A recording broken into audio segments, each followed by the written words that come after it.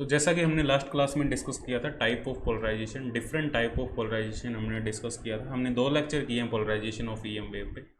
ठीक है, first lecture में हमने पोलराइजेशन के बारे में डिस्कस किया था, प्लेन पोलराइज लाइट, और थोड़ा सा हमने जनरल डिस्कशन किया था व्हाट इज़ पोलराइजेशन और पोलराइजेशन क्यों होता है और एक्चुअल में पोलराइजेशन क्या है। ठीक है, और इससे जो पहले वाला लेक्चर था, जो सेकंड लेक्चर था, पार्ट 2 था, उसमें हमने डिस्कस किया था टाइप ऑफ पोलराइजेशन। ठीक है, कितने टाइप का पोलराइजेशन होता है, plane polarize, circularly polarize, elliptically polarize light के बारे में हमने डिस्कस किया था।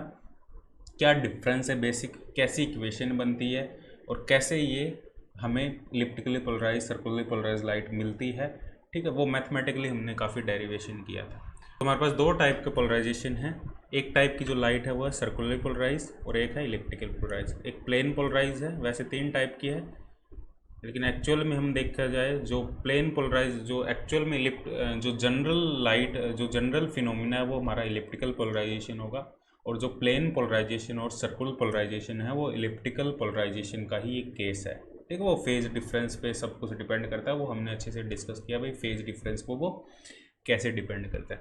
अब यहाँ पे कुछ नोटेशन है भाई, सर्कुलरली पोलराइज लाइट और इलिप्टिकल पोलराइज लाइट को हम कैसे उनको रिप्रेजेंट करें। तो यहाँ पे 2 टाइप की नोटेशन है हमारे पास। कौन कौन सी नोटेशन है? एक नोटेशन तो है ऑप्टिकल नोटेशन, एक नोटेशन है ऑप्टिकल नोटेशन। ऑप्टिकल नोटेशन में वही हम इलेक्ट्रिक फील्ड वेक्टर है वो किस टाइप से रोटेट कर रहा है उस हिसाब से हम नोटेशन देंगे। ऑप्टिकल नोटेशन मतलब जैसे ये वेव ट्रेवल कर रही है, हमारी तरफ आ रही है या हमसे दूर जा रही है, तो उसका जो इलेक्ट्रिक फील्ड वेक्टर है वो कैसे रोटेट कर रहा है, दैट इज ऑप्टिकल नोटेशन। ठीक है, इलेक्ट्रिक फील्ड का ओरिएंटेशन, इलेक्ट्रिक फील्ड है वो कैसे रोटेट कर रहा है सर्कुलरली पोलराइज और इलिप्टिकली पोलराइज लाइट में। क्योंकि सर्कुलरली पोलराइज लाइट को हमने ऐसे डिनोट किया था ना, इस टाइप से, ये सर्कुलरली पोलराइज लाइट होगी और इलिप्टिकली पोलराइज लाइट हमारे पास इस टाइप से होगी। एम्पलीट्यूड सेम नहीं है, जब दो ईएम वेव आपस में सुपर इम्पोज करेगी, दोनों का जो फेज डिफरेंस है वो π/2, 3π/2, 5π/2 हो, तो उस केस में हमारे पास 2 केस हो सकते हैं, एक तो इलिप्टिकली पोलराइज लाइट प्रोड्यूस हो सकती है, एक सर्कुलरली पोलराइज लाइट प्रोड्यूस हो सकती है। लेकिन ये सब किस पे डिपेंड करता है? ये डिपेंड करता है उसके एम्पलीट्यूड पे। जो दोनों ईएम वेव जो सुपर इम्पोज कर रही है उनका एम्पलीट्यूड क्या है। एम्पलीट्यूड सेम है तो सर्कुलर पोलराइज लाइट होगी, एम्पलीट्यूड डिफरेंट है तो इलेक्ट्रिकली पोलराइज लाइट होगी। अब इनका ओरिएंटेशन क्या होगा, इनकी नोटेशन क्या होगा, इनको कैसे ओरिएंटेट करें हम। ठीक है, तो या तो इस साइड में हम ओरिएंट कर सकते हैं या अपोजिट साइड में ओरिएंट कर सकते हैं। तो यदि हम बेसिकली यहाँ पे 2 टाइप की नोटेशन है, 2 टाइप की रिप्रेजेंटेशन है। जो फर्स्ट टाइप है हमारे पास वो है ऑप्टिकल नोटेशन। ऑप्टिकल जस्ट ये एक नोटेशन है। ठीक है, ऑप्टिकल नोटेशन में क्या है? ऑप्टिकल नोटेशन में हम देखेंगे, मान लो जो कोई ईएम वेव है, ऑप्टिकल नोटेशन क्या होगा, देखो मान लो कोई ईएम वेव है, ठीक, कोई ईएम वेव है, सर्कुलरली पोलराइज लाइट ले लो या इलिप्टिकली पोलराइज लाइट ले लो, ठीक है, और वो जेड एक्सिस में हमारी तरफ मूव कर रही है। ठीक है, जेड एक्सिस में हमारी तरफ, जेड एक्सिस में ट्रैवल कर रही है और वो हमारी तरफ आ रही है। ठीक है, मान लो ये जेड एक्सिस, ये जो देखो ये जेड एक्सिस मैंने बनाई है बाहर की तरफ, ये हमारी तरफ आ रही है, और ये इसका इलेक्ट्रिक फील्ड वेक्टर है जो रोटेट कर रहा है। इलेक्ट्रिक फील्ड वेक्टर है जो रोटेट कर रहा है, इसका हमारी तरफ आ रही है और इलेक्ट्रिक फील्ड वेक्टर रोटेट कर रहा है। यदि वो electric field vector clockwise direction में रोटेट कर रहा है, यदि वो इलेक्ट्रिक फील्ड वेक्टर है वो क्लॉकवाइज डायरेक्शन में, हमारी तरफ ईएम वेव आ रही है और वो क्लॉकवाइज डायरेक्शन में रोटेट कर रहा है इलेक्ट्रिक फील्ड, तो इसे हम कहेंगे right handed circularly polarize light, या डायरेक्ट RCP से लिख देते हैं हम, राइट सर्कुलरली पोलराइज लाइट या right handed circularly polarize light. ठीक है, इसे RCP से हम डिनोट करते हैं। यदि यही सेम इलिप्टिकली पोलराइज लाइट है तो उसके केस में हो जाएगा REP। ठीक है, यदि ये इलिप्टिकली पोलराइज लाइट है तो ये हो जाएगा REP। ठीक है, इसे हम कहेंगे ऑप्टिकल नोटेशन। ठीक है, यदि वो अपोजिट डायरेक्शन में एंटी क्लॉकवाइज रोटेट कर रहा है इलेक्ट्रिक फील्ड वेक्टर, तो वो हो जाएगा हमारे पास LCP और LEP। ठीक है, लेफ्ट सर्कुलरली पोलराइज लाइट और left elliptically polarize light. Optical notation में हम बात करें, ठीक है, यदि वो हमारी तरफ आ रही है ईएम वेव, यदि वो क्लॉकवाइज एंड रोटेट कर रहा है इलेक्ट्रिक फील्ड वेक्टर तो वो RCP होगी, और यदि वो एंटी क्लॉकवाइज रोटेट कर रहा था वो LCP होगी। This is optical notation. एक टाइप का और नोटेशन हमारे पास वो है angular momentum notation. Angular momentum notation. अब ये नोटेशन कई बार पूछ लिया जाता है यार, इस पे क्वेश्चन बन जाता है, और सिंपल ही पूछ लेता है भाई इसका नोटेशन क्या है, इस पे क्वेश्चन भी करेंगे अपने। Angular momentum notation. Angular momentum notation देखो क्या है, जो इलेक्ट्रोमैग्नेटिक वेव है, ठीक है, वो सिर्फ एक एनर्जी को ट्रांसफ़र नहीं करती, वो मोमेंटम को भी ट्रांसफ़र करती है, ये हमने डिस्कस भी किया। अब उसको ऑब्जर्व कैसे करें, वो मोमेंटम को भी ट्रांसफ़र करती है। मोमेंटम को ट्रांसफ़र, जो मोमेंटम का ट्रांसफ़र है, इस चीज़ को ऑब्जर्व करने के लिए हमारे पास एक फिनोमिना है, उसको इंसिडेंट करवा दो कहीं ना कहीं, किसी मैटर पे या किसी मिरर पे इंसिडेंट करवा दो, तो उस मैटर पे वो एक प्रेशर क्रिएट करेगी, और वो प्रेशर मोमेंटम चेंज की वजह से आता है। जैसे क्या मैकेनिक्स में हम क्या करते हैं, कोई हमारे पास एक बॉल है, उस बॉल को हम दीवार से, किसी दीवार पे हम उस बॉल को दीवार की तरफ फेंकते हैं, जब बॉल टकरा के वापस आती है, तो टकरा के वापस क्यों आती है, क्योंकि वो दीवार में एक मोमेंटम, दीवार पे वो एक प्रेशर क्रिएट करती है। कोई भी, जैसे एक ऐसे भी समझ सकते हो, कोई भी गैस है हमारे पास, किसी बीकर के अंदर हमारे पास गैस है, तो इस बीकर की वॉल है, जो इस पर एक प्रेशर क्रिएट होगा। वो प्रेशर क्यों क्रिएट हो रहा है, क्योंकि जो गैस के पार्टिकल है वो इस दीवार से टकराएंगे, इसकी वॉल से टकराएंगे, तो एक मोमेंटम को ट्रांसफ़र करेंगे, और मोमेंटम ट्रांसफ़र की वजह से ही प्रेशर क्रिएट होता है। ये बात हमेशा याद रखना, जो प्रेशर क्रिएट होता है वो मोमेंटम ट्रांसफ़र की वजह से ही क्रिएट होता है। मोमेंटम कितना ट्रांसफ़र हुआ, रिफ्लेक्शन में मैक्सिमम मोमेंटम ट्रांसफ़र होता है, एब्जॉर्प्शन में मोमेंटम कम ट्रांसफ़र होता है। ठीक है, जब वो अब्जॉर्ब कर लेता है, कोई भी वॉल है उस पार्टिकल को अब्जॉर्ब कर लेगी, तो मोमेंटम ट्रांसफ़र कम, प्रेशर कम क्रिएट होगा। यदि रिफ्लेक्ट हो रहा है तो बहुत ज़्यादा मोमेंटम का ट्रांसफ़र होता है वहाँ। ठीक है, तो उसी टाइप से ईएम वेव का एक मोमेंटम भी होता है, क्योंकि वो प्रेशर क्रिएट करती है, और इसका मोमेंटम को हम P = h/λ से लिखते हैं। ठीक है, ये मोमेंटम होता है ईएम वेव का, डी ब्रोगली ने हाइपोथेसिस दी थी। ठीक है, लैम्डा = h/p, तो इसका जो मोमेंटम होता है h/λ होता है, और एनर्जी को हम ऐसे लिखते हैं E = pc, या p होगा E/c। यदि वैक्यूम की बात करें, p होगा हमारे पास E/c। ठीक है, तो एक मोमेंटम होगा, तो एक एंगुलर मोमेंटम भी होगा, एक एंगुलर मोमेंटम का क्या मतलब है, कुछ एंगुलर मोमेंटम मतलब एक टाइप की रोटेशन। ठीक है, जो ईएम वेव है, जो लाइट है, ठीक है, उस इलेक्ट्रिक फील्ड की हम बात नहीं कर रहे यहाँ पे, इलेक्ट्रिक फील्ड की रोटेशन की हम बात नहीं कर रहे यहाँ पे। वो जो बीम ट्रैवल कर रही है, इलेक्ट्रिक फील्ड जिस एक्सिस के अबाउट रोटेट कर रहा है, वो एक्सिस खुद रोटेट कर रही है, वो स्पिन कर रही है एक्सिस, उसे हम कहेंगे एंगुलर मोमेंटम। ठीक है, वो स्पिन खुद एक्सिस कर रही है।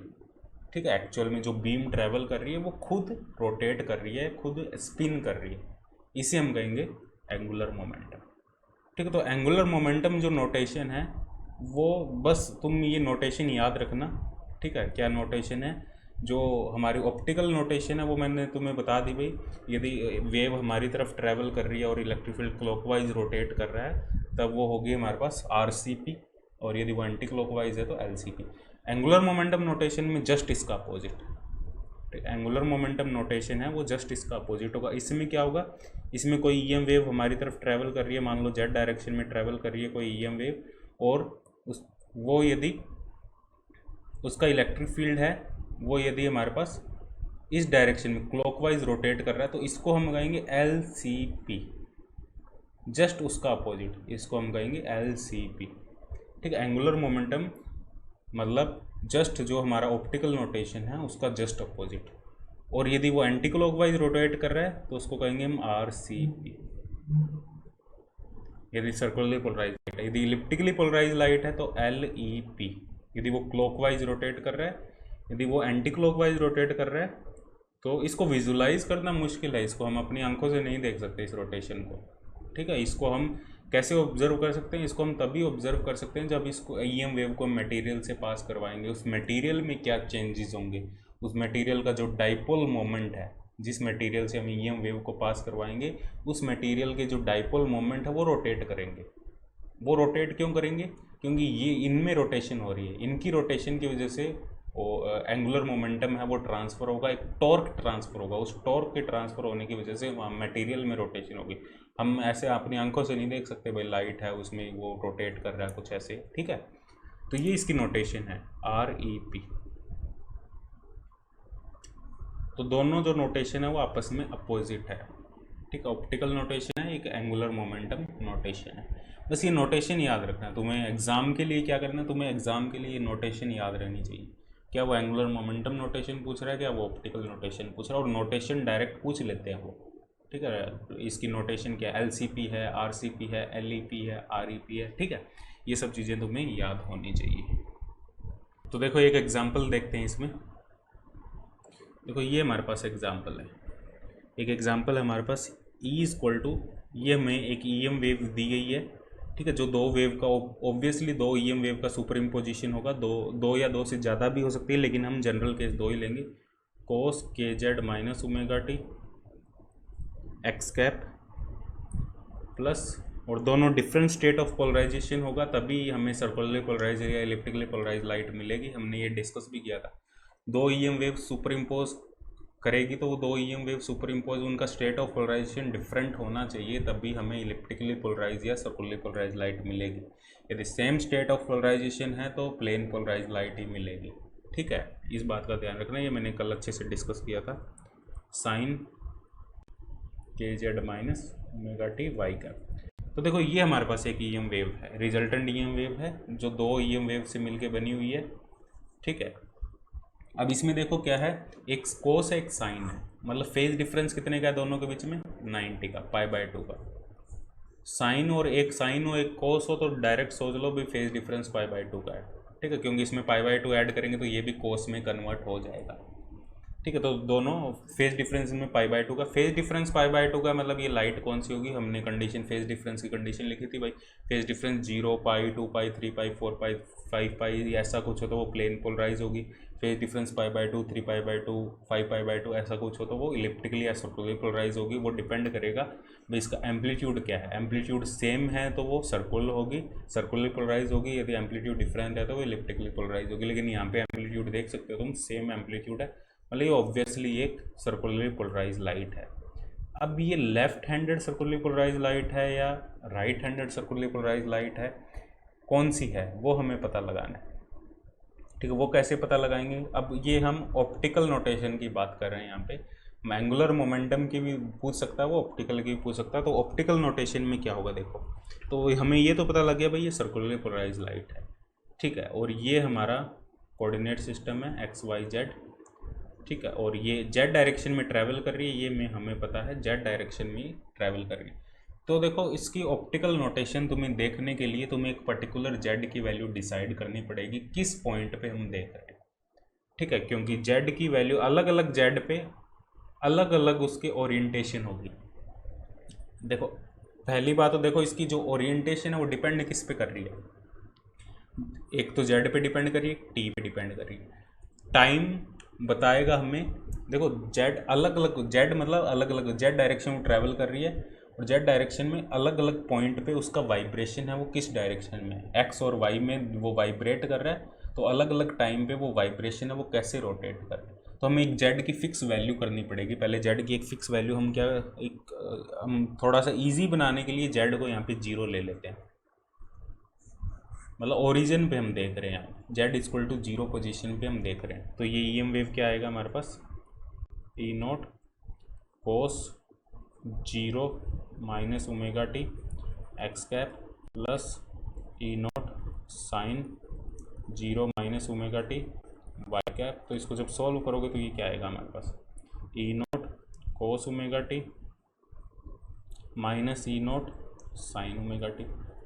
और t इक्वल टू 0 पर हम बात करें, यदि t equal to 0, omega t अब यहाँ पे फेस को रिप्रेजेंट कर रहा है। पहले जो फेस था, देखो पहले जो फेस था वो ये कंप्लीट फेस था, KZ minus omega T, KZ minus omega T, ये कंप्लीट फेस था। अब जो फेस है वो सिर्फ ओमेगा टी, अब सिर्फ टाइम डिपेंडेंस बचा है हमारे पास। अब यदि ओमेगा टी की वैल्यू 0 है, मतलब 0 टाइम पे हम बात कर रहे हैं, ओमेगा टी की वैल्यू 0 है, तो उस केस में क्या होगा, जो रिजल्टेंट एम्पलीट्यूड होगा EM वेव का वो क्या होगा, E0 कोस 0 1, ये एक्स कैप भी है यहाँ पे, ये वाई कैप है यहाँ पे, E0 एक्स कैप, और t इक्वल टू 0 पर, और ओमेगा टी इक्वल टू, यदि फेज डिफरेंस दोनों में π/2 का है तो उस केस में क्या होगा, E0 cos π/0 minus E0 sine π/2 1 Y cap. ठीक है। जब ओमेगा टी की वैल्यू, जब टी की वैल्यू 0 है तो वो एक्स डायरेक्शन में है, ठीक है। जो इलेक्ट्रिक फील्ड वेक्टर है वो एक्स डायरेक्शन में ई नॉट, ठीक है। और जब ओमेगा टी की वैल्यू π/2 है, π/2 फेज डिफरेंस के बाद में, ठीक है, वो माइनस वाई डायरेक्शन में ई नॉट, तो मतलब वो इस डायरेक्शन में रोटेट कर रहा है, इस डायरेक्शन में, वो पर्टिकुलर डायरेक्शन में रोटेट कर रहा है, मतलब इसका रोटेशन इस टाइप से है। EM वेव वो जेड डायरेक्शन में ट्रैवल कर रही है हमारी तरफ, और इसका जो रोटेशन है वो इस डायरेक्शन में।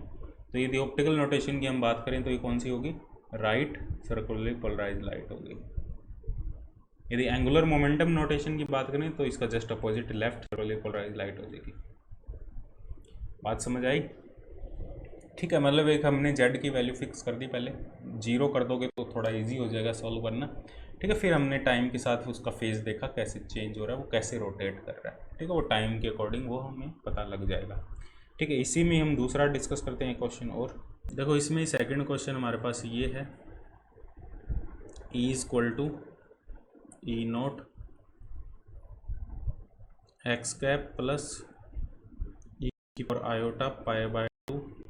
ये मैंने लिखना ही बताया था, ये कैसे लिखते हैं एक्सपोनेंशियल, ये अंदर टर्म फेज वाली कैसे लिखते हैं, ये पिछली वीडियो में ये बताया था सब, omega t minus k Z, ठीक है। ये हमारे पास नेक्स्ट क्वेश्चन है।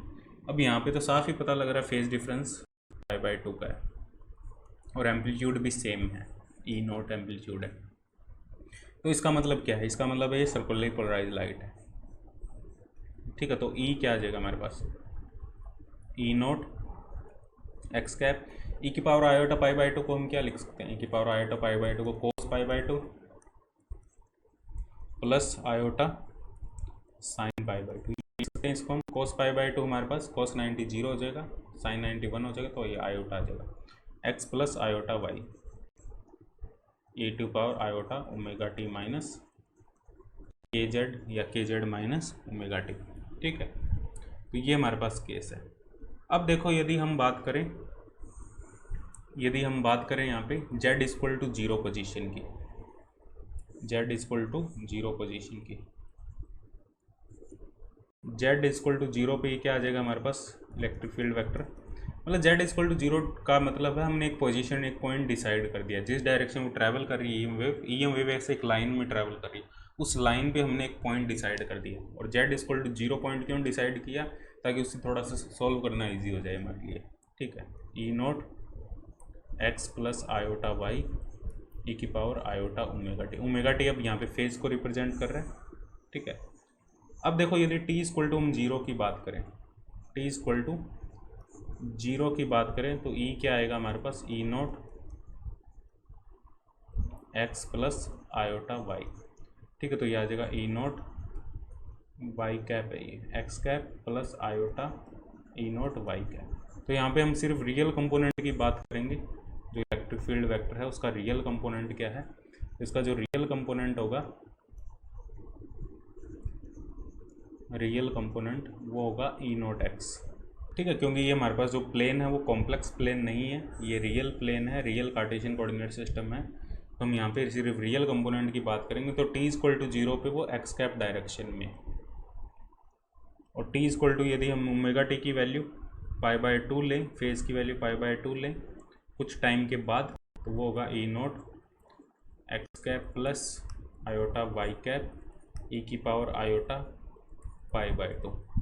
तो ये क्या आएगा देखो, E not x cap plus iota Y cap E की पावर आयोटा π/2 को फिर आयोटा कैप लिख सकते हैं हम, आयोटा अंदर जाएगा तो E naught iota X cap plus iota square -1 हो जाएगा ई नॉट वाई कैप। तो यहाँ पे भी रियल क्वांटिटी लेंगे हम, रियल टर्म लेंगे, इलेक्ट्रिक फील्ड वेक्टर की रियल टर्म क्या आएगी हमारे पास, minus E not Y cap. तो मतलब ओमेगा टी इक्वल टू π/2 पे वो माइनस वाई डायरेक्शन में चला जाएगा, मतलब वो ऐसे रोटेट कर रहा है। ये भी सेम रोटेशन वही है जैसे पहले वाले केस में थी हमारे पास, क्लॉकवाइज रोटेट कर रहा है। तो यदि ऑप्टिकल नोटेशन देखें तो ये RCP होगा, यदि एंगुलर मोमेंटम में देखें तो ये LCP होगा हमारे पास, लेफ्ट सर्कुलरली पोलराइज्ड लाइट होगी, ठीक है। तो इस टाइप से हम देख सकते हैं। यदि हम ओमेगा टी की वैल्यू पाई लें, ओमेगा टी की वैल्यू पाई लें तो इस केस में देखो क्या आएगा, ई की पावर आयोटा पाई क्या होगा हमारे पास, sine pi cos pi plus iota sine pi. तो ये आएगा 1 हमारे पास, सॉरी cos पाई आएगा -1, ठीक है, cos पाई आएगा -1 और sin पाई 0 हो जाएगा, तो e की पावर आयोटा पाई क्या आएगा -1। तो यहाँ से क्या आ जाएगा, electric field vector E nought x cap plus iota Y cap -1, minus से अंदर मल्टीप्लाई कर देंगे तो minus E not x cap minus iota E not Y cap. तो देखो पाई पे ये -x डायरेक्शन में चला जाएगा, इस डायरेक्शन -x में, ठीक है, ऐसे रोटेट करता हुआ इधर चला जाएगा, फिर 2 पाई पे फिर दोबारा यही आ जाएगा, ठीक है। तो इस टाइप से इसकी रोटेशन हो रही है। यदि शुरू में यहाँ पे माइनस हो, एक पहले से यहाँ पे माइनस हो शुरू में, या इस प्रॉब्लम में जो हमने पहले प्रॉब्लम की, इस प्रॉब्लम में यहाँ पे पहले से ही माइनस हो, इस प्रॉब्लम में यहाँ पे पहले से ही माइनस हो, तो उसकी जो रोटेशन है वो LCP हो जाएगी, इसकी रोटेशन LCP हो जाएगी, ठीक है। ये रोटेशन LCP होगी और फिर जो मतलब ऑप्टिकल नोटेशन LCP होगी और जो हमारी दूसरी नोटेशन है वो RCP होगी, ठीक है। इसमें यदि एम्पलीट्यूड तुम्हें डिफरेंट दिया हो, यदि एम्पलीट्यूड डिफरेंट दिया हो तो उस केस में क्या होगा, उस केस में वो REP या LEP जो भी तुम्हारा उसके अकॉर्डिंग मतलब वो अपने आप तुम देख सकते हो क्या होगा, ठीक है।